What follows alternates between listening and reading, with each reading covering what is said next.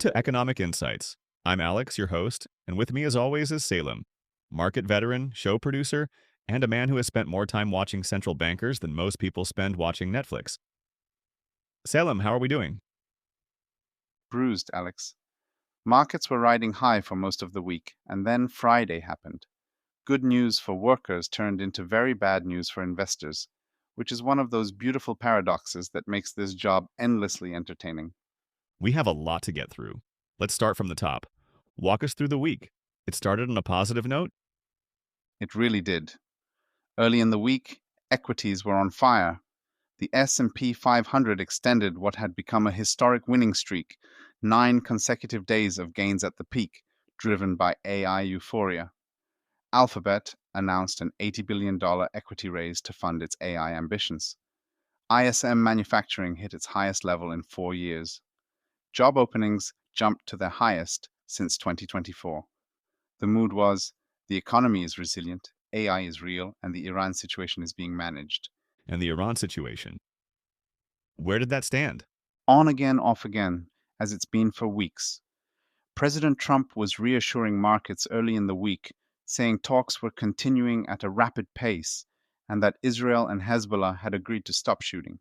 Markets liked that. Oil pulled back, bonds rallied. Then midweek, US forces conducted strikes on Keshem Island. Iran fired missiles toward the US Fifth Fleet in Bahrain. Kuwait and Bahrain caught in the crossfire. So much for the ceasefire. That sounds alarming. It was.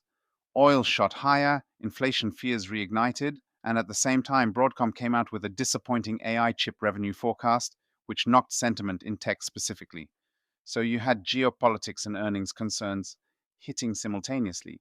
And I heard something about Trump and Netanyahu that caught a lot of attention. There were reports of a rather heated phone call between Trump and Netanyahu. Apparently, Trump was, shall we say, not pleased about Israeli operations in Lebanon, continuing to derail his Iran diplomacy. And look, when Donald Trump is the one calling for restraint in the Middle East, you know the situation has reached a special level of absurdity. Markets actually interpreted it as a signal that Trump genuinely wants this deal. When the madman sounds rational.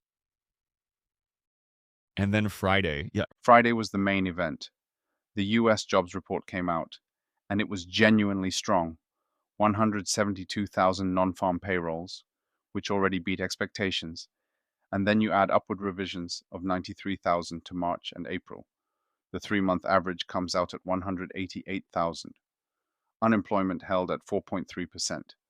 The labor market is not just holding, it's accelerating. and the market collapsed on that news? The Nasdaq 100 fell over 4%. Semiconductors dropped 10%. The S&P 500 down 2.6%. Because what a strong labor market means in this environment, with oil near $90 to $96 a barrel, with ISM services also strong at 54.5, with core inflation still running close to 3%, is that the Fed does not cut rates. And increasingly, the market is pricing in that the Fed may actually hike. Swap markets by Friday were fully pricing in at least one rate increase before year-end 2026. That repricing hit everything: stocks, bonds, gold, crypto. Nothing was spared. Let's dig into the US picture. The jobs report was the headline, but is the economy as strong as it looks? It's complicated. The headline number was strong: 172,000 jobs, solid revisions, unemployment holding at 4.3%. Leisure and hospitality added 70,000 jobs, partly helped by the Memorial Day holiday timing, so some of that may borrow from June's numbers. But even with that caveat, the underlying picture is firm. What about wages? Average hourly earnings up 0.32% month on month, 3.4% year on year.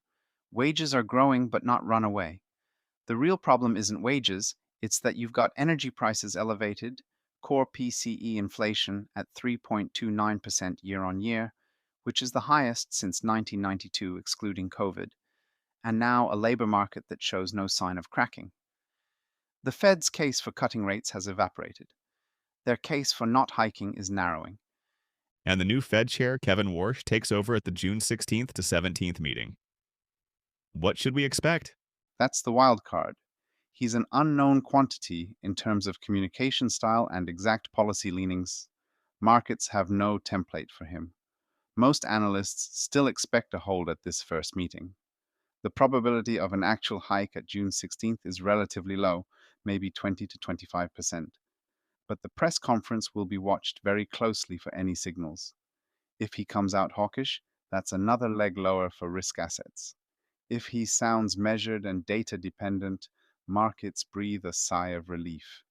Given Friday's jobs print, he's walking into his first meeting with a very uncomfortable set of facts on the table. Treasury yields? The 2-year jumped 12 basis points on Friday alone. The 10-year ended the week at 4.54%. Banks are now forecasting the 10-year hits 4.7% by year end. This will probably be revised even higher.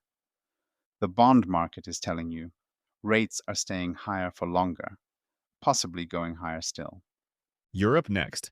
How is the ECB handling all of this? The ECB is widely expected to hike 25 basis points on Thursday, June 11th. And this is happening against a backdrop of a Eurozone economy that is essentially stagnating. First quarter GDP was revised down to negative 0.22% quarter on quarter. France's services PMI is 44.3, deep contraction. Germany is struggling. So, hiking into weakness.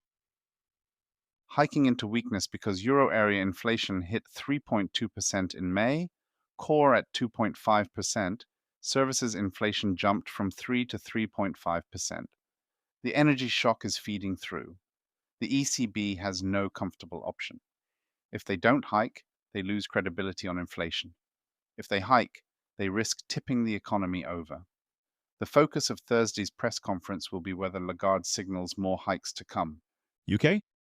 Bank of England expected to hold, but internal pressure is building. A couple of Monetary Policy Committee members are likely to vote for a hike. UK 10-year gilts ended the week around 4.9%. Household inflation expectations are rising to 3.7%. The BOE is watching those expectations carefully. Once inflation expectations become entrenched, they're very hard to dislodge. Japan is fascinating me at the moment. The Bank of Japan is finally moving? Governor Ueda gave a notably hawkish speech this week, and markets took it seriously. They're pricing a BOJ rate hike at the June 16th meeting at over 90% probability. Japan's real wages rose the fastest pace in over a year in April, 3 consecutive months above 3% nominal. This is exactly the wage price dynamic the BOJ has been waiting years to see. So, the yen must be strengthening? You'd think so. But the yen barely moved on Ueda's hawkish comments. Why? Because US yields are going up at the same time. The interest rate differential between the US and Japan is still enormous, and the yen remains a funding currency. People borrow in yen cheaply and invest elsewhere. Until that differential narrows meaningfully, 160 stays as the gravitational center. If it breaks above 160 materially, the Ministry of Finance may feel obliged to intervene again, but any such dip tends to attract buyers immediately. The dollar had a strong week. And what's the big picture? Simple story. If the Fed is on hold or potentially hiking while other economies are struggling, the dollar is the winner. Euro fell to 1.15, sterling to 1.33. Banks are recommending long dollar positions against euro, sterling, and Canadian dollar. The one nuance is that if a genuine Iran peace deal emerges and oil drops sharply, some of that dollar strength reverses. Energy importing EM currencies recover, commodity currencies benefit. So geopolitics remains the biggest swing factor for FX. Gold had a horrible Friday. Down over 3.5% on the day. When bond yields rise sharply because of a strong jobs number, gold gets sold. It doesn't pay you a yield, so the opportunity cost of holding it rises. Still an extraordinary year for gold given all the geopolitical demand. But Fridays like this are a sharp reminder it can fall fast. And oil? What's the OPEC Plus angle? They're meeting today, aren't they? OPEC Plus meeting is today, June 7th. No surprises are expected. You can't expect a surprise, can you? Smart of you, Alex. The commodity story I want to highlight is aluminium. There's extreme scarcity in the aluminium market right now due to Gulf smelter outages from the conflict. The global deficit is estimated at 2.6 million tons this year. LME aluminium is already at $3,700 a ton, and analysts are calling for $4,000 by the second half. If you're in any manufacturing business that uses aluminium, you're having a very difficult year. Emerging markets. Let's start with India. The RBI met on Friday as well. Yes, the RBI meeting on June 5th was significant. India's Q1 GDP came in at 7.8% year on year, well above expectations, driven by investment growing at a 4-year high. A remarkable number. Full fiscal year growth for FY26 averaged 7.7%. India is genuinely outperforming. So the RBI cut rates to keep the momentum going. Opposite, they held at 5.25% and kept a neutral stance. Why? Because they simultaneously raised their inflation forecast for the fiscal year by 50 basis points to 5.1%. The energy shock is feeding through. Crude petroleum wholesale prices in India are up 67% year on year. The rupee has been under pressure. The RBI has been doing a lot of behind the scenes work to attract foreign capital, tax exemptions for foreign investors in government bonds, expanded access to long dated bonds, concessional FX swap windows. They're shoring up the external account while keeping rates stable and watching the data carefully. Markets are expecting them to hike eventually. Most forecasts have two 25 basis point hikes later this year. For now, the RBI's message is we're watching, we're not behind the curve, but we're not going to act prematurely either. Reasonable, given the uncertainty. Turkey, I know you watch this one closely. The CPI data came out. May CPI at 32.6% year on year. Monthly was 1.7%, and that's where it gets nuanced. Clothing prices surged over 11% in a single month, transport services up 5.6%.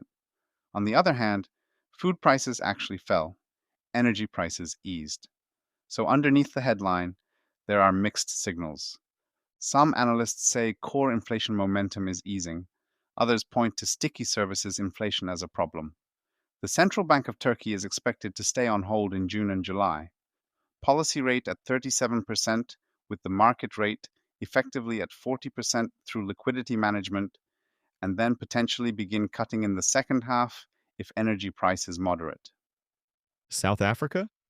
Q1 growth expected to come in at a modest 0.2% quarter on quarter, manufacturing and trade dragging, mining and agriculture supporting. The SARB is expected to hike 25 basis points in July to get ahead of inflation risks, partly driven by El Nino weather concerns affecting crops later in the year. Strong precious metals exports are expected to push the current account into surplus, which is genuinely supportive for the rand. And China? China is the slow burn story. Manufacturing and non manufacturing PMIs both exactly at 50, barely in expansion. Domestic consumption remains weak, but the inflation story is changing. Producer prices hit 2.8% year on year in April, ending 41 months of producer price deflation. China is transitioning from exporting deflation to exporting mild inflation, which is a subtle but meaningful shift for global supply chains. The CNY is strengthening, the PBOC is allowing it to appreciate, foreign portfolio inflows are returning. Net inflows in April were the largest since September 2024. And property prices in top tier cities are showing early stabilization. The recovery is narrow and uneven, but it's there. Big week coming up. What are the key events? Two of them. First, US CPI on Wednesday. Banks are forecasting headline around 4.3% year on year. After Friday's jobs number, this is the next test. Any upside surprise and the rate hike pricing accelerates. Any downside gives markets breathing room and probably a relief rally in tech. ECB on Thursday? The 25 basis point hike is done. It's what Lagarde says after that matters. Does she signal July is live for another hike? Does she sound like they're close to the end? That press conference will move the euro and European bond markets significantly. And the big ones coming the week after? June 16th to 17th, the Federal Reserve meeting under new chair Kevin Warsh. and the Bank of Japan meeting on the same day. Warsh's first press conference as Fed chair, with the jobs market that's accelerating and inflation not cooperating, and the BOJ almost certainly hiking, their first confirmed move in this cycle. Set reminders now. That's going to be a day that markets remember for a while. Also, Oracle earnings Wednesday, Adobe Thursday. The AI trade gets a fresh look from the corporate side. Exactly. After Broadcom's disappointment cracked the narrative last week, Oracle and Adobe will tell us whether that was company specific or a broader AI revenue story starting to plateau. Investors will be watching those numbers very carefully. We'll be back next time with all of it. Thanks for listening to Economic Insights. Don't forget, folks, we do not give investment advice. For that, please consult a professional.